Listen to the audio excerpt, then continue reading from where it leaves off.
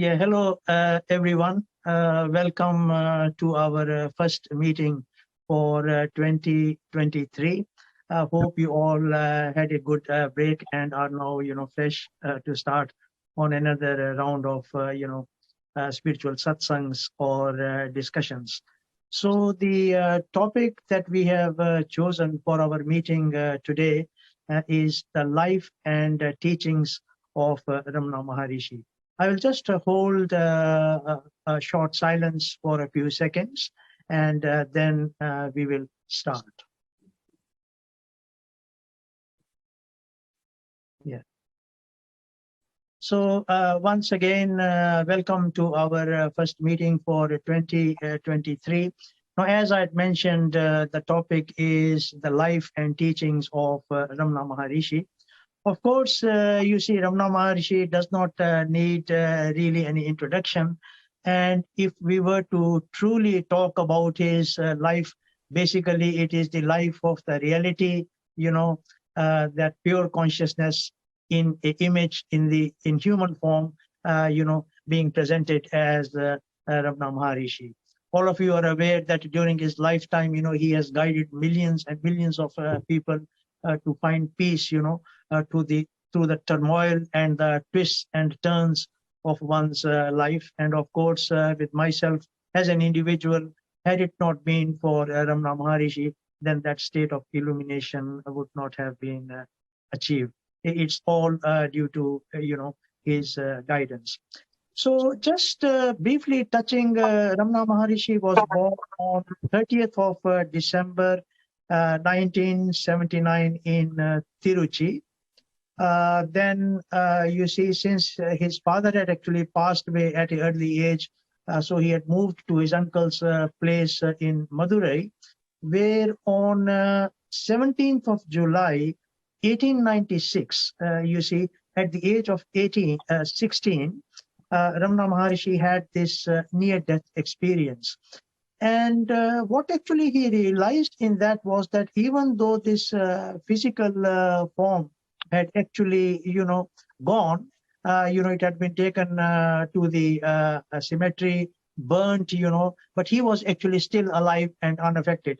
And that is when he actually realized that his true nature is that of the changeless reality, which is ever present, which is actually consciousness. Then you see in the same year, on 1st of September 1896, he arrived at Ramana Ashram in Tirunamalai. And that's where the ashram sort of spread. And he spent the remaining 54 years of his life being in that same state. In 1899, he had gone up the mountain. He stayed for 16 years, in Virupaksha cave. And then his mother had come, and then he came down, and then he stayed for another few years in another cave called Sikand Ashram. But you see, the main thing that actually Ramana Maharishi taught was through silence, right? So words, discussions, satsangs, they can only give us an overview of his teachings, but what he actually taught can only be realized, in silence. And his eyes used to glow with that presence of consciousness about which so many people have actually written. You see, he doesn't really have any teaching, because the thing is this, that if there is a teaching, then you see there's a start to the teaching and the teaching comes to an end. So, for the sake of understanding, yes, we use the term teaching, but what Ramana Maharishi principally actually said was Suma Iru, keep quiet, be in silence. Because you see, if you actually really look at it, consciousness, it's present even now, but it's absolutely silent, isn't it? It just does the function of making us conscious of whatever we want to be conscious about. So to be in oneness with that silence, to witness this world of images, one has to be as silent as consciousness is, or when you're in oneness with that consciousness, you are naturally in that silence. So Ramana Maharishi used to always teach that you've got to get away from this personality of yours or this individuality. And that's where he used to talk about, who am I? You see? So he said that go to the source from where this individuality has sprung forth. You know, just like a wave rises from the ocean, or just like all these trees, these houses, and everything springs up from Mother Earth. You've got to go to the ocean.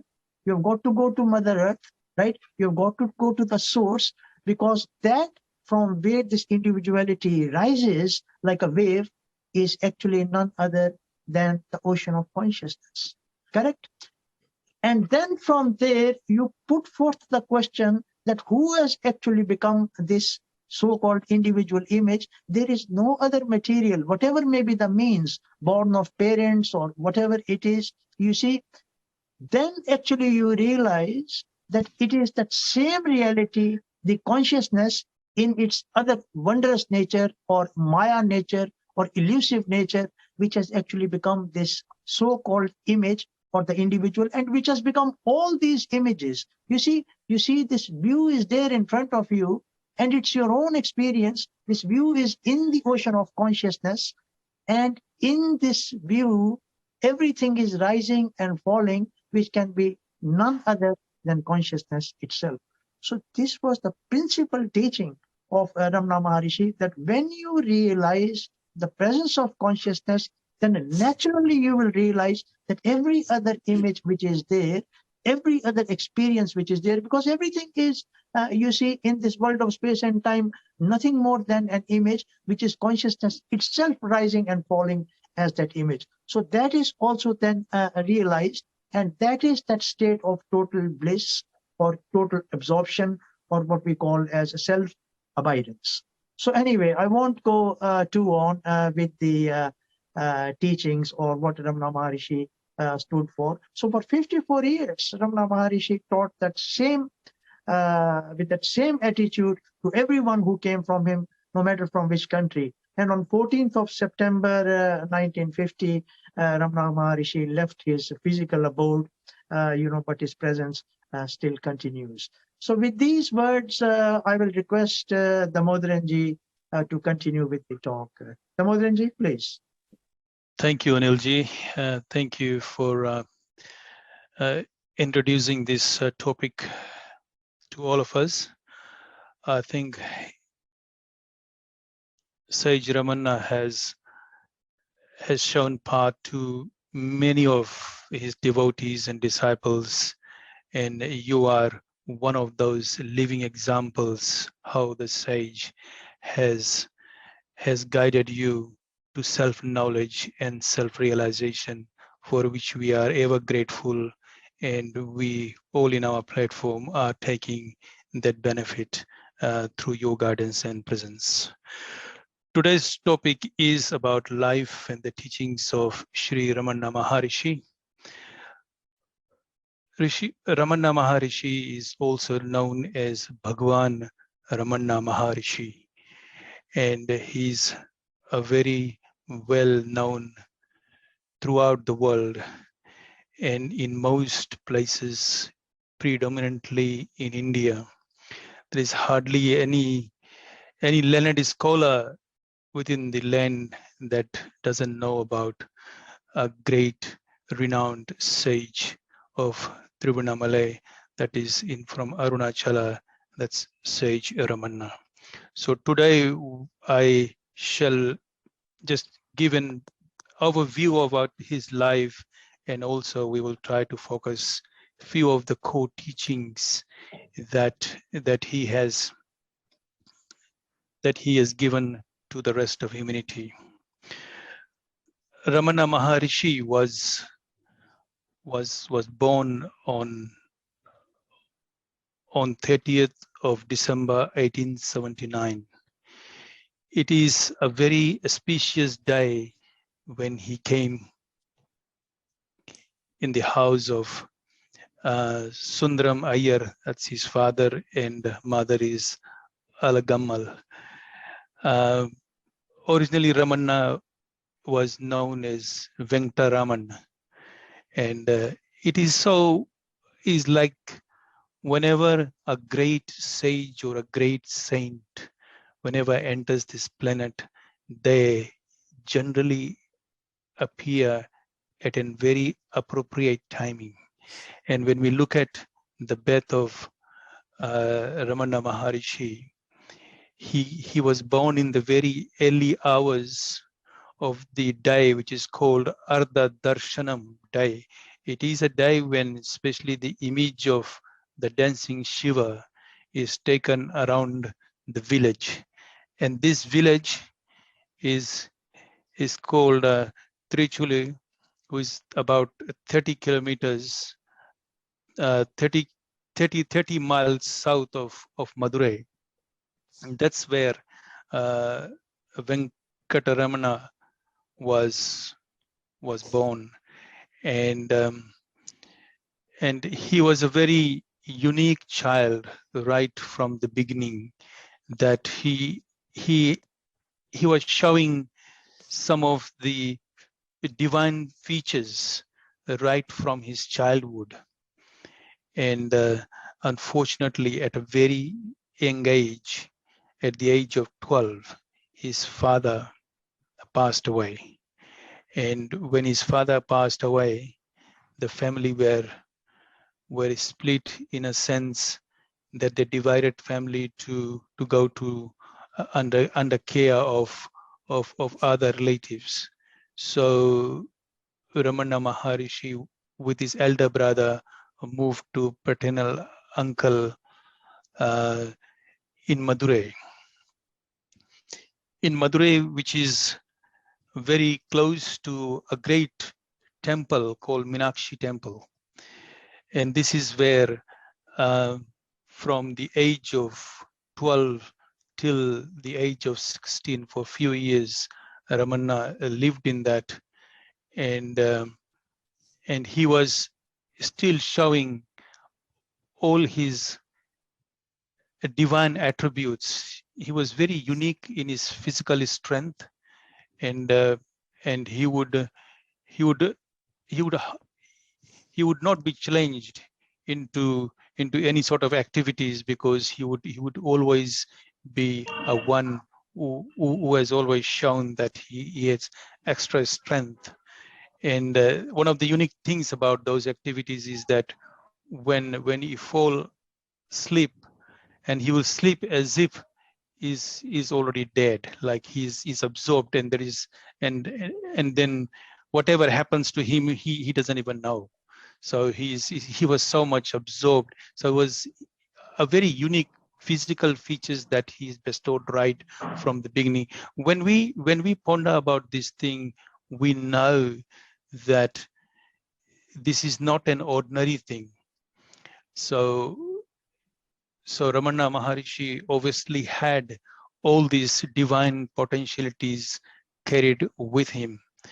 Just going further, an interesting thing is that around that time, when he was about 16 years of age, and I think Anilji has already mentioned about the great experience that he had through when he was living with his uncle. Prior to that, he actually read one of the very famous literature. It's called Periya Puran. These are the life histories of the saints of Lord Shiva. It was the first time that Maharishi has read some literature on some scriptures, and he was very, very overwhelmed. And he was able to connect himself with the lives and the saints of those great sages. And soon after that is when one of his elderly person arrived to their home, and Maharishi asked him, "Where have you come from?" He said, "I've come from Arunachala." The word Arunachala actually went deep down into his heart, as if it is the name that is been heard, a name which was something which he was all the time longing for. And soon after that, as I probably will skip that part of his realization where his first realization took place at a time when he was alone by himself, and a very violent fear of death overcame him, and he wanted to know what is death and what is dying. And then he was able to see himself, his true self, separately from the process of death. And he was able to experience that that that I-ness, which was not the body, which was not all the process that was happening. Then he knew that he was that ultimate reality, that deathless spirit which cannot be touched by death.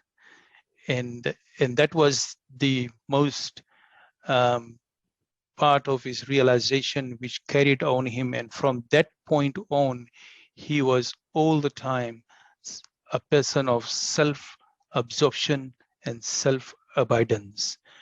And having heard about Arunachala, the timing was right, and you will probably will know that in the life of a sage, their journey, their events are all been laid down. It is just waiting for the time to come and things to happen. And this is exactly happened in the life of Sage Ramana.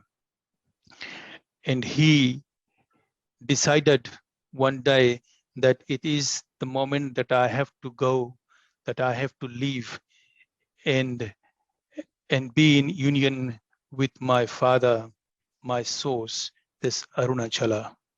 So he left home without informing anyone, but he left a note to say that his journey is started in a conquest. So he left his home on a journey to go to his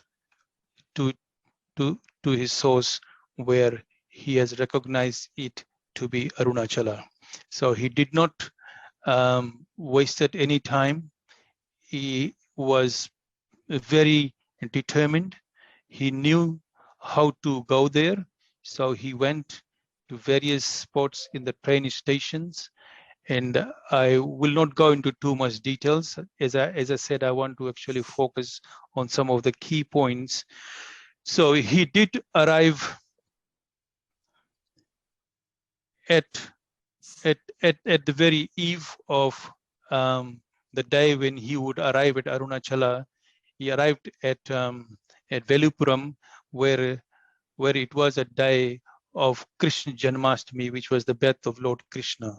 See, as I said, the timings is always been chosen. So that day he rested that night, and in early morning he catched the train and arrived to Arunachala. The day he arrived at Arunachala is called the early hours on Tuesday, the 1st of September. 1st of September 1896. And the 1st of September 1896, when he arrived at the temple of Arunachaleshwara, he found, surprisingly, that all the gates, which is very extraordinary, that all the gates were open.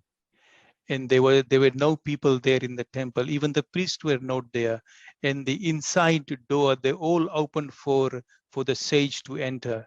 And he went directly into the inner sanctum of the image of Arunachaleshwara and embraced the Lord. And he felt that he has reached his home. He has reached his father, and he is now one with the Lord Shiva and one with the Supreme Self. That's where he landed, and that was the path for him And that was the journey for him to begin further for the entire humanity. And I will touch a very briefly few things and about his journey at the temple. He did not stay there so long, but the one thing, very peculiar thing that happened was that when he was around the temple, he would always be absorbed in very deep meditation, and some of the uh, the youths of his age used to always pester him, and like they would find that someone of their age, a very young age, and they used to throw stones at him and used to throw things with him. And to avoid all those things, he went into the inner basement of the temple. It is called it is called the Pata Lingam.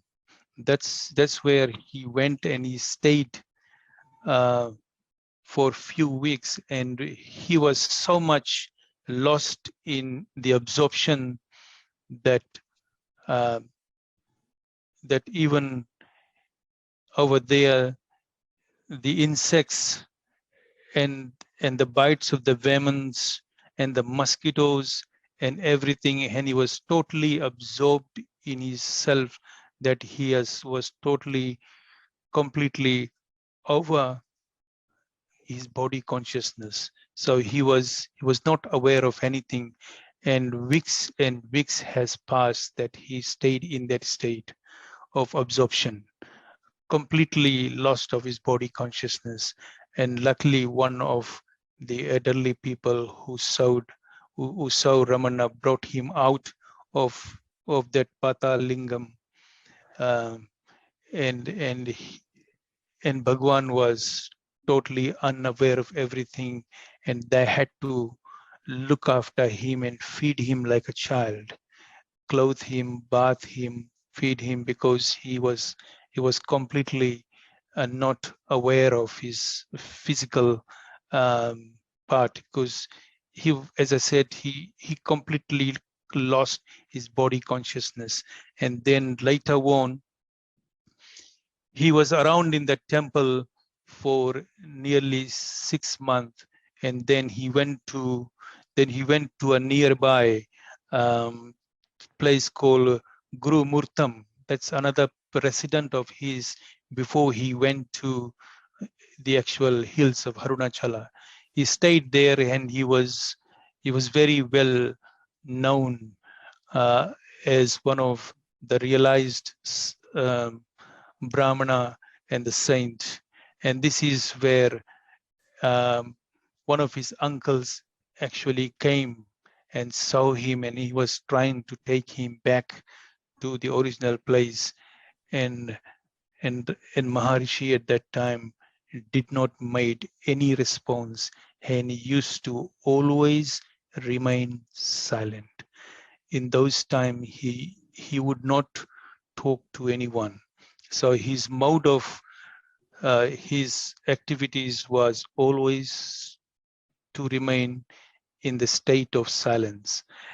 He later on moved to different caves in the Arunachala hill before he would arrive to one of the very one of his residence, which is called one of the cave, is called Virupaksha cave. It is around 1916 that he moved to that cave, and that's and prior to actually going there, and he, as I said, he has lived in different caves, and as soon as he arrived there, he saw his mother actually came to take him back to home, and she tried all her very best, tried to console him in so many ways, but Bhagwan would not reply or do anything. This went for a few days and weeks, and one of the devotees actually prayed to Bhagwan to at least reply or respond in writing a note. And Bhagwan actually wrote in a piece of paper that what is destined to happen will happen according to the ordinator, that whatever has been ordained for his life cannot be changed, and what is to happen will happen, and what is not to happen will not happen, no matter how hard we try. So very disappointed, Ramana's mother returned to her village, and she returned to the village only to stay for a few more years, when Ramana's elder brother passed away, and after a few years, um, the mother of Ramana returned to the ashram, and that time Ramana Maharshi actually moved from Virupaksha cave to Skanda ashram, which was just a little bit higher from that place, where there is more resourceful place to live in it. And when the mother joined Ramana, she took the care of the entire ashram, Skanda ashram, and she was initiated into as a spiritual seeker. So she came back to her son not as a mother, but as a soul refuge for her liberation. She in fact said to Bhagwan Ramana that I want to spend every moment with you. I don't care that if you throw this body into the bushes when it's dead, but I want to breathe my last in your arms. That much surrender the mother had when she accepted Bhagwan as her soul refuge and as her guru. And Bhagwan took ultimate care to her to the very last of the moments. I just want to share one of the unique things about Bhagwan Ramana Maharishi, that he gave a lot of importance for his mother, and also there was another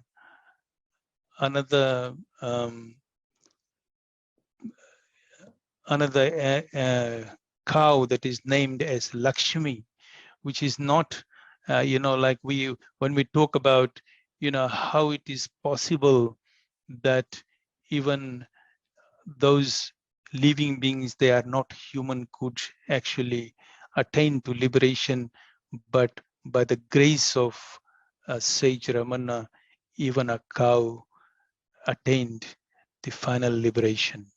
And this was, and even this day, that a special place has been made in honor of that holy cow, Lakshmi.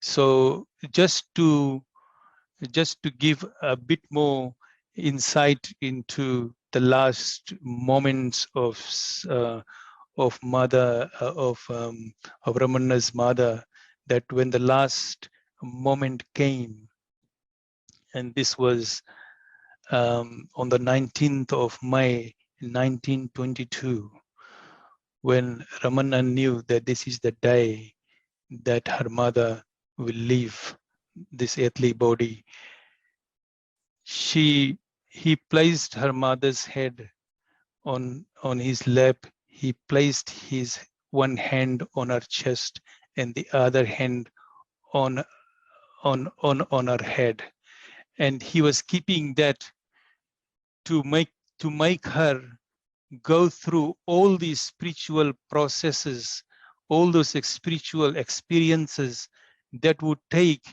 many lifetimes. And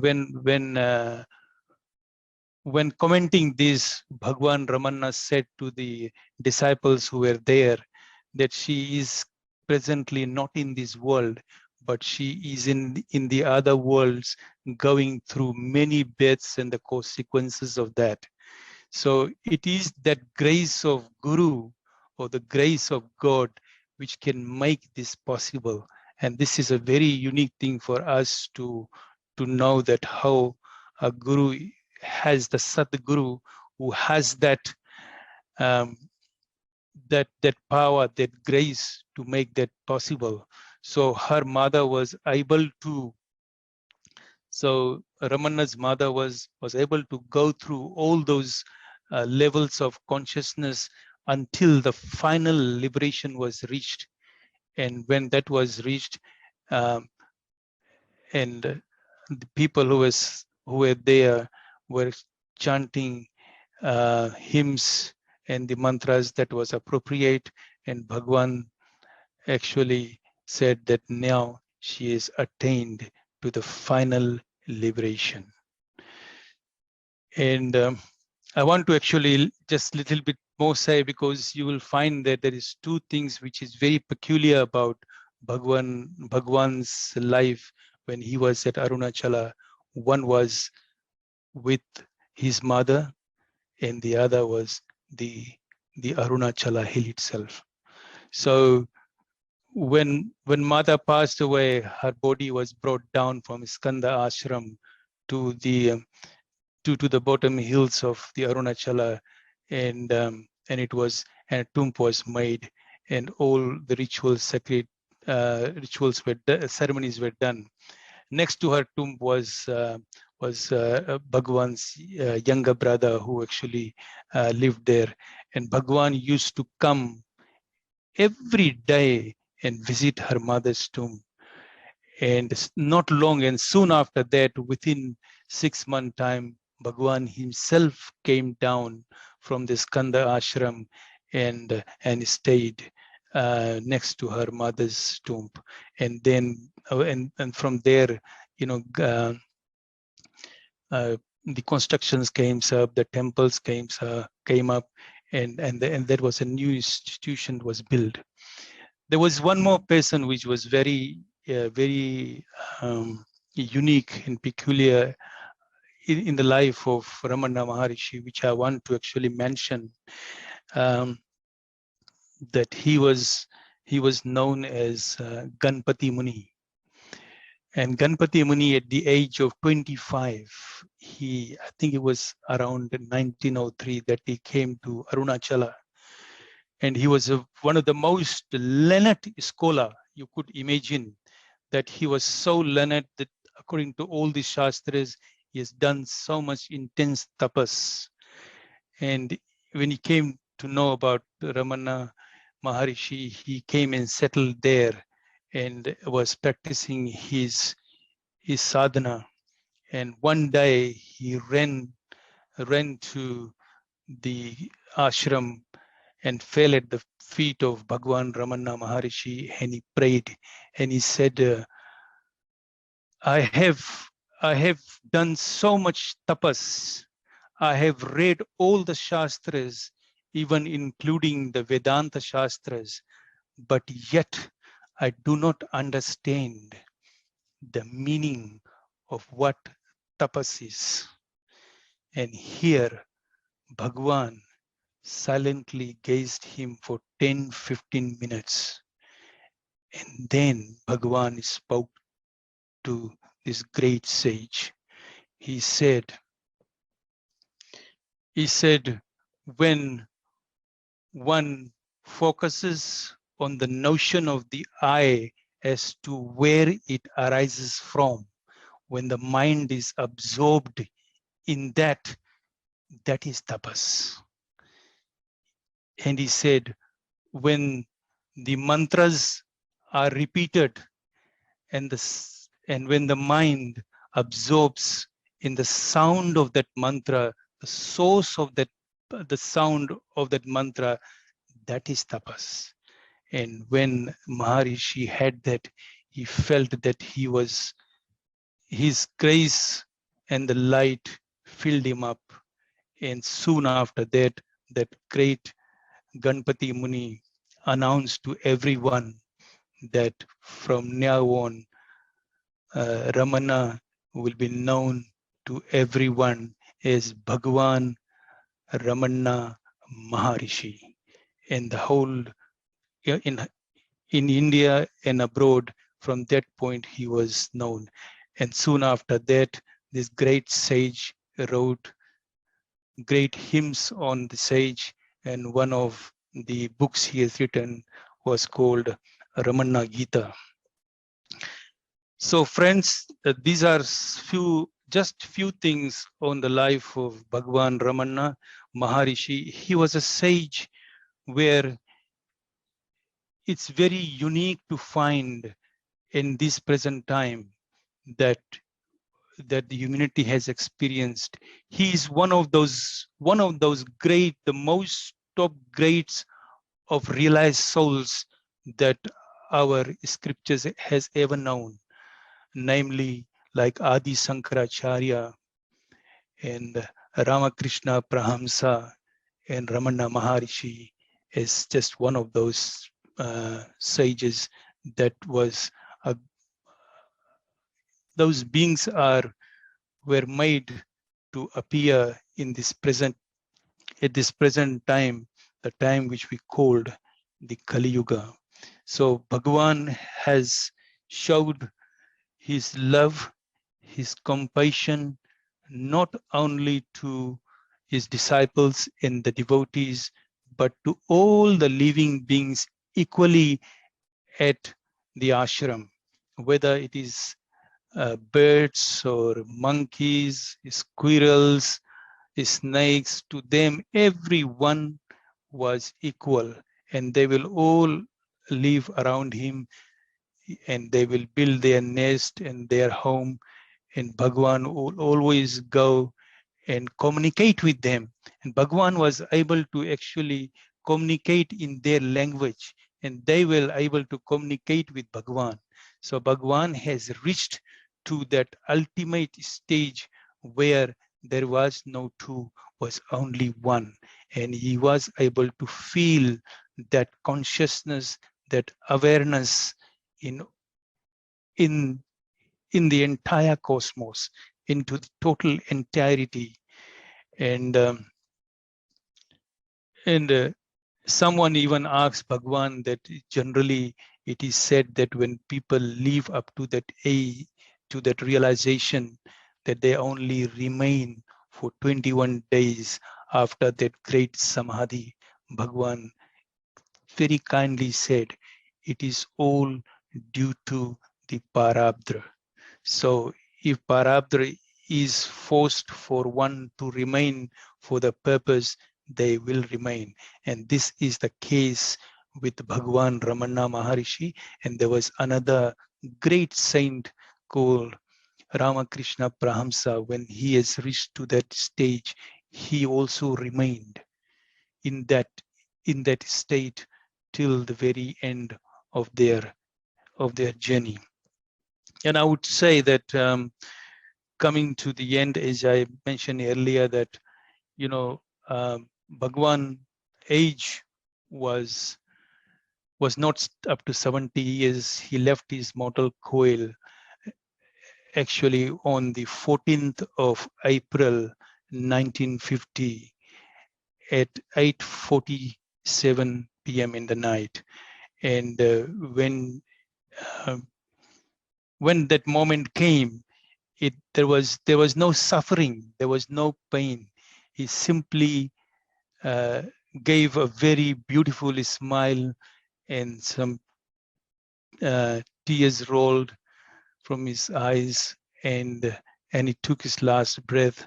And it was noticed by everyone that in the northern side of the Arunachala, there was a comet-like lightning that was seen merging into the sky. So Bhagwan Ramana Maharishi is just not an ordinary human being. He was one of those soul that came down. You would say that it was like we say, son of God, because there was something unique about Bhagwan Ramana, was that if he had any attachment. In fact, he did not have any material attachment whatsoever. He did not even touch money from the day when he arrived at Arunachala. Whatever was his remains, he threw all away. But the only thing that he always had attachment, and that was the Arunachala hill. He will always go up in the hill 2 rounds and come back. And that was the only thing that helped him, because for him it was that which will keep him. And ultimately, when the last moment came, he said to people, I'm not going anywhere. Where can I go? I'm here. I will always be here.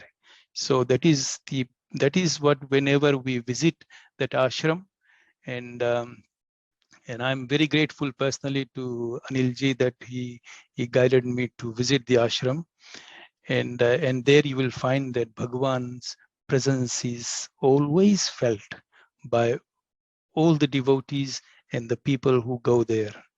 And I think I have got a little bit time left, I believe. And let's look at the slides now.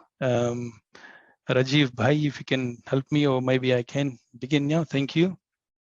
Are you all able to see the slide? Yes. That's very good. So this is the first slide where I've got few slides, and hopefully we'll be able to cover. So I will, the idea is to just show few of the core teachings of Bhagwan, and just to give you the background as to what these core teachings mean. Bhagwan's teachings were always something which was direct. So he will not take you roundabouts here and there into all the theories. He will simply say, you are that. And your source is that I which you address yourself, whom we say, who am I? They always say, we always ask people, who are you? Who are you? We never ask, who am I? So his I path, which is the path of self-inquiry, is one of the direct path. And the other path he would say and suggest to other people will be the path of self-surrender. So here in this slide, Bhagwan says, by whatever path you go, you will have to lose yourself in the one. So whether you take the path of self-inquiry, you go to the source of reality, and you will find that you have become one with yourself. There is no two. You have become one with yourself. It is just that shadow of that other I, which was, it just disappears. It is just like in the middle of the day, when the sun is on top of your head, the shadow just disappears. It is like that. So you become one with your true self. And this is one of the path. And the other is when the surrender is complete. Only when you reach the stage, thou art all, or thy will be done. Because then your will is nothing. It is all his will, and you are one with him. And this is one of the very core two paths which Bhagwan has always shown. So I will go to the next slide. And here we says, find out what is immediate, intimate, instead of trying to find out what is distant and unknown. We tend to always, it is our nature, we always look as if something is out there, something which is unknown. Bhagwan says, no, see yourself, feel your existence, be conscious of your consciousness. That is what you truly are. So always be yourself. So which is the very immediate and very intimate. So what is really is you are already that. You don't have to go in search in distant places or think of something unknown. Whatever is known is nothing other than yourself. You don't have to, I don't have to go and ask somebody whether I am Damodran or not. I know that I am Damodran. So you know yourself, and you are that. Bhagwan's one of the very famous saying is, your duty is to be and not to be this or that. And he puts it very, very well. He said, I am that, I am sums up the whole truth and is beautiful. Next slide, please. And here in this slide, Bhagwan actually describes a state which he says there is a state beyond our efforts and effortlessness. Until it is realized, effort is necessary. This is where he says that everything will matter until to a point where nothing will matter, because you reach to a stage where you don't see many, you only see one. You see one in many. There is no many at all. So until that stage is reached, effort is necessary. And Bhagwan says, after tasting such bliss, even once, one will repeatedly try to regain it. Having once experienced the bliss of peace, no one would like to be out of it or engaged himself otherwise. So it is that stage of what we call Sahaja Samadhi, where you have become one, where you have had completely union with your reality, and you will always like to remain in that experience. I am reminded of some of very famous saying of Bhagwan, that what I would like to know is who I am, and to remain as I am, with the knowledge that what is to happen will happen, and what is not to happen will not happen. Next slide, please. And here Bhagwan has said, and Bhagwan has lived, demonstrated to all his devotees, to all his disciples, that when you reached to that state is silence. Silence is the eternal flow of language, which is only obstructed by words. So through the silence, which can be very appropriately or very equivalent to explain that it is something of intuition, that you live to a stage where everything you can know intuitively. That is the very close way you can understand what silence is. But really, silence is our true nature. Silence is our very self. But when we are in that state, there is no words, there is no thoughts. We just remain as we are, and that is the state of silence. And Bhagwan has always emphasized, he has completely demonstrated to remain in silence. He spoke only when he was required, when he feels that there is a need for that. And until such time, he used to always communicate with everyone through this ever-flowing language of silence. Next slide, please.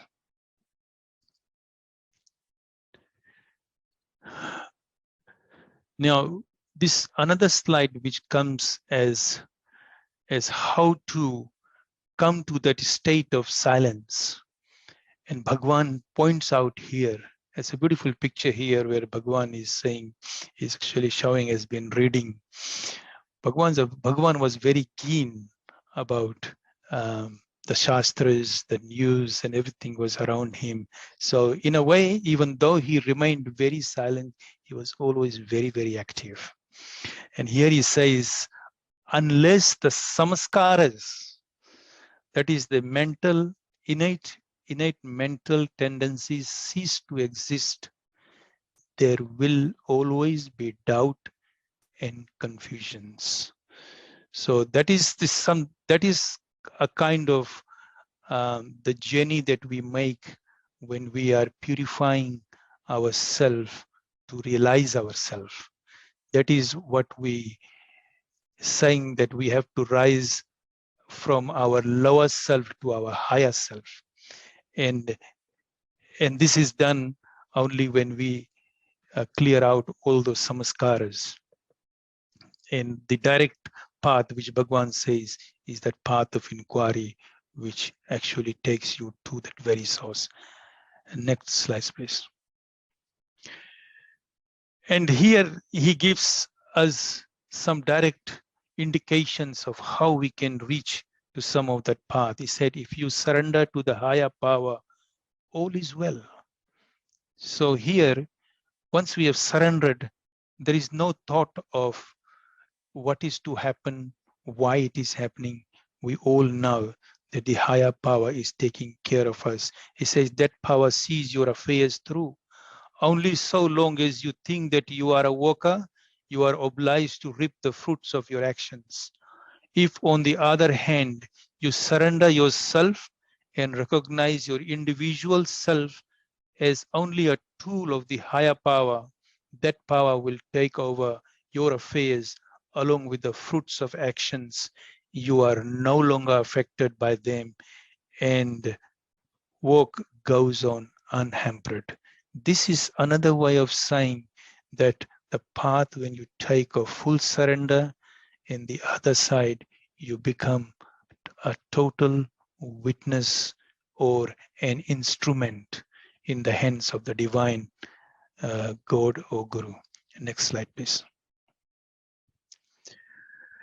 And Bhagwan further emphasizes on that point. He says, so long as there is individuality, one is the enjoyer and the doer.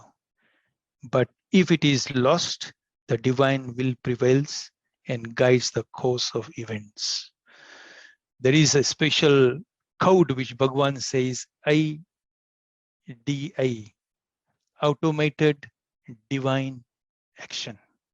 So there is in that state of intuition and silence, that is how the divine works.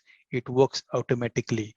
But the moment we are still stuck with our I am so and so, and then you become the enjoyer, then you become the doer. Then obviously, until that goes, the divine will or the self cannot reveal itself. Next slide, please.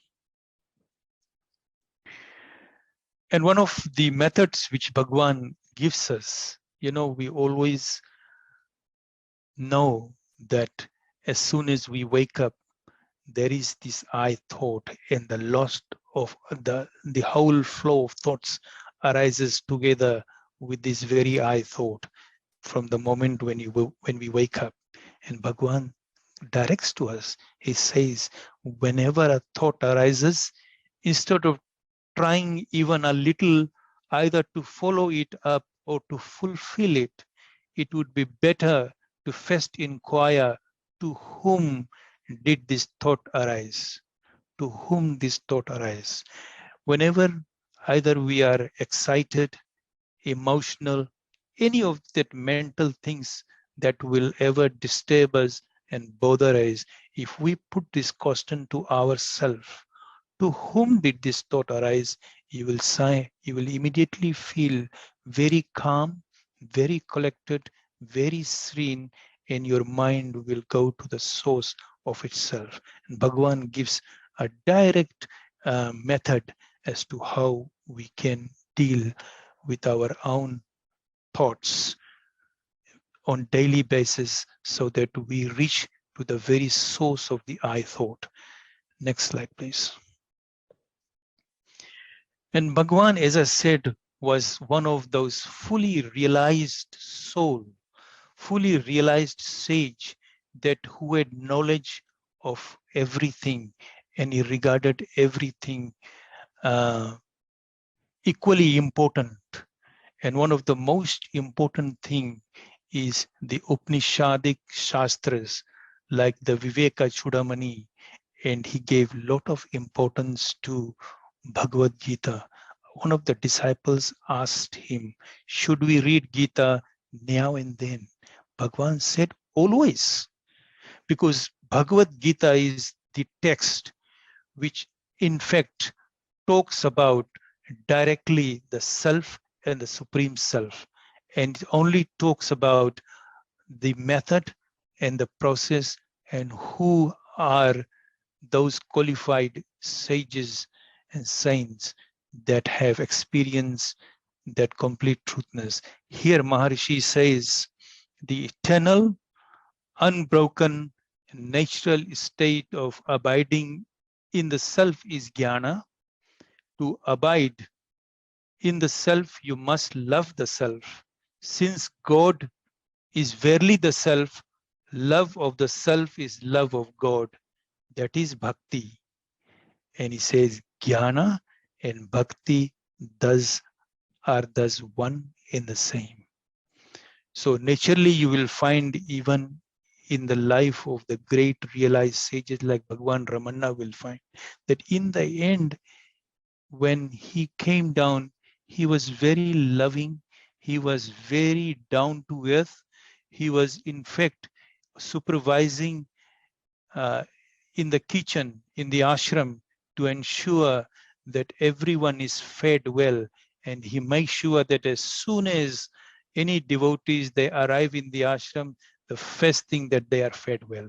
He would take care of every living being around him. And there was no one special about him that someone is rich, wealthy, or high scholar. No, for him, everyone was in the same platform. Whenever he ate something, he always said, if it is good for me, it must be good for everyone. So he totally lived into the life of equality, unity, purity, and divinity. And this is why he says, whether you take the path of jnana, which is knowledge, or the path of bhakti, they are one in the same, because they take you to the one and the same goal. Next slide, please. And we as human, we always know that what is important. Finally, we are so much driven by our satisfactions. And Bhagavan here says, satisfaction can be only when you reach the source. You see, even in our day-to-day life, whenever if there is a problem, if we go to the cause of the problem, we will find more than half of the problem is solved, isn't it? So here, Bhagavan itself says, when you reach to the source, you are fully satisfied. Otherwise, restlessness will exist. So unless we are tuned, unless we are absorbed, unless we are living in our self-abidance, restlessness will always be there, like those waves in the ocean, ups and downs, bumps and jumps. This will come and this will go. But once you are one with yourself, there is no restlessness. Next slide, please. And here Bhagwan gives Safeda. I have personally chosen some of these slides because they are very practical to all levels of sadhakas. Bhagwan says, as long as a man is the doer, he reaps the fruits of his deeds. But as soon as he realizes the self through inquiry as to who is the doer, his sense of being the doer falls away, and the law of karma, that is action and reaction, is ended. This is the state of eternal liberation. So Bhagwan gives us a very clear indication as to how the law of karma works. And we, due to our ego being so resourceful and sourceful and directing us always, and we are actually caught up in that. But once we let go that doership and be only a witness or be only an instrument, we will reach to the state of that eternal liberation. Next slide, please.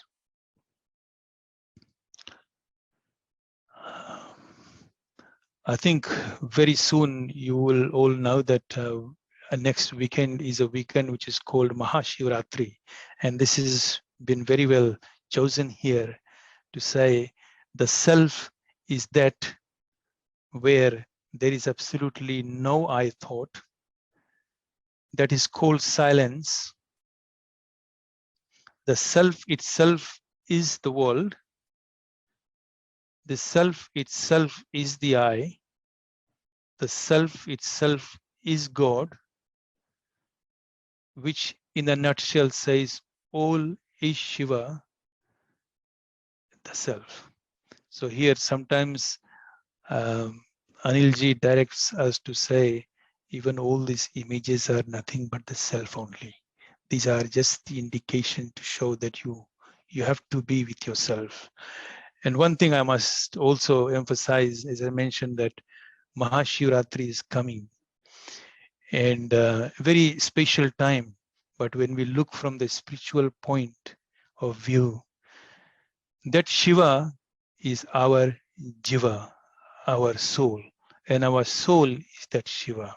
So there are two are not different, they are one and the same. Thank you. Next slide, please. Beautiful. One, Bhagavan says, one suffers because of the idea that the body, which is never oneself, is I. Suffering is all due to this delusion. So finally, we come to that stage where we know the source and the cause of all the problems is because we have a wrong notion about that I. And it is due to delusion. In Sanskrit, it is called Bharam. Once the Bharam goes, Brahm will be there, right in our face. So until we clear out, or until that delusion is gone, suffering will always be there. Thank you very much. I think we have finished this slide. I must thank Rajiv ji for assisting us and guiding us through, and very heartfelt thankful to Anil ji.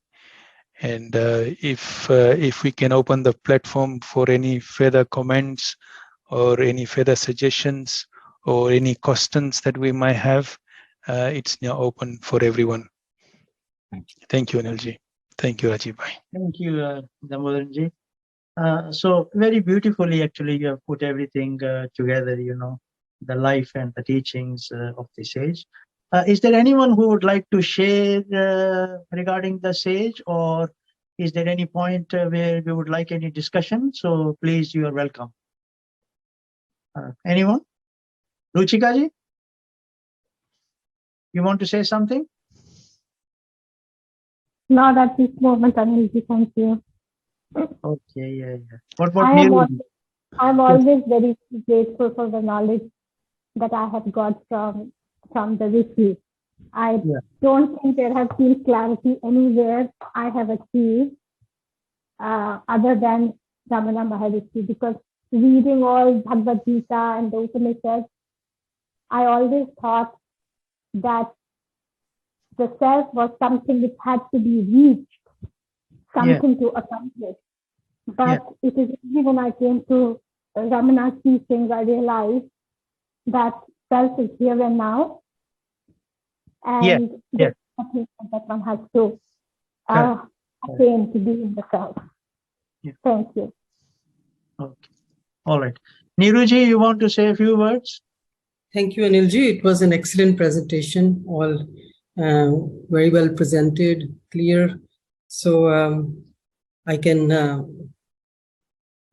only say that it's all Ramana's grace that we are together on this platform, and we have the privilege to closely kind of know the teachings, and they are ultimate. And in my spiritual quest, it's all Anilji's guidance and sage and Rishi's guidance. So the teachings always with me every moment, and really grateful for that. So I can add nothing to it. All very well explained. You want to just conclude the main teaching of the sage in a few words, Niruji? Yes. In a few words, actually, I think it will be really very difficult because it's all Ramana's grace. There is so much to absorb.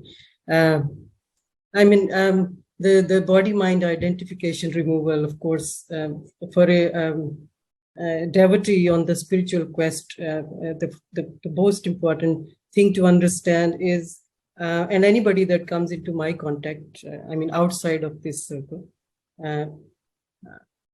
request them to encourage them that they must remove the body-mind identification, like my own mom, anybody closely related to me, my friends, whatever.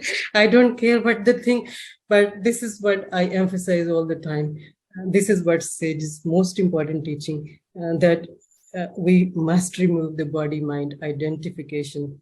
And of course, then the ultimate teaching, which is really very deep, of course. So people, devotees, who are on spiritual quest, of course, they take time according to, I mean, relative to where they are in the spiritual quest, the natural state of self-absorption. So what that is, really very simple. But there is, I don't think, hardly any source that can so easily guide us what the natural state is. So I think if we just very simply understand what the natural state is, there is nothing else to know. So again, expressing my gratitude that it's all really the grace of Sage, and he's with us through Anilji, guiding us, spreading his light. So it's so great. That's Thank you, Niruji. Nehaji, do you want to say anything? Yeah, yes.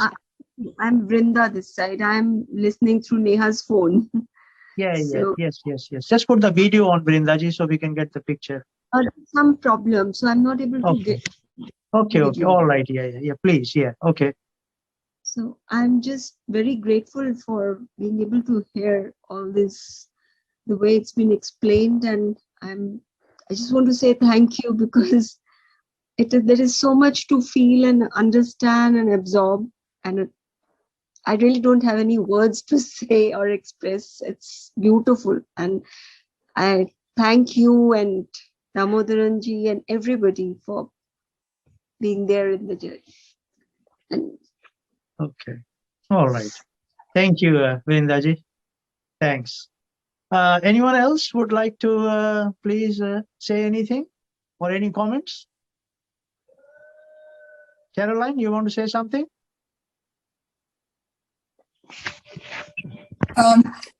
It's always really nice to hear it again and again and again. That's what I Yeah. Your video is not on, Caroline. So sorry. That's all right. Okay. Can you hear? You can hear, right? Yeah, I'm not very. We can hear you. Yeah, we can hear you. Yeah. Sorry, now we can see you. Yep. My iPhone, so I'm not. Just... Okay. Yeah. Yeah, you're clear now. Yep, we can see you. All right. Yeah, you want to say something? I really appreciate all the sessions. And it's really nice to actually like hear all this, and and I hope one day I'll get to your state of self-abiding. Yeah. You see, everyone is actually always in that state only. One has to realize that consciousness is the changeless reality, and consciousness itself is presenting itself as whatever image is there, just like the waves rise on an ocean, but they are not separate from the ocean. So also what Niruji was talking about, the natural state, is that what we see in this ocean of consciousness, in this view is images rising and falling, and that is none other than consciousness itself. That's what Ramana Maharshi is teaching. Right? Yeah. But intellectually, it is not so difficult to understand. Right. Yeah. Yeah, but it's, it's like it's more that, I'm not even sure, like, what is it that I don't understand? Because intellectually it is like, it's not so difficult to actually, realize that there's a body and a mind. Yeah. And there's something else behind that. Yeah. Correct. Yep. So slowly, as one follows that trail from within, you see, as Damodran ji had said that, Ramana Maharshi said that even once when you actually experience that bliss, then you will always go back to that until you are, that becomes continuous. Yeah, and I hope that comes sooner rather than later. Okay. All right. Okay. Thank you, Caroline. Thank you. Okay. Thank you very much. Thanks for joining. Anyone else would like to say a few words, or that's all?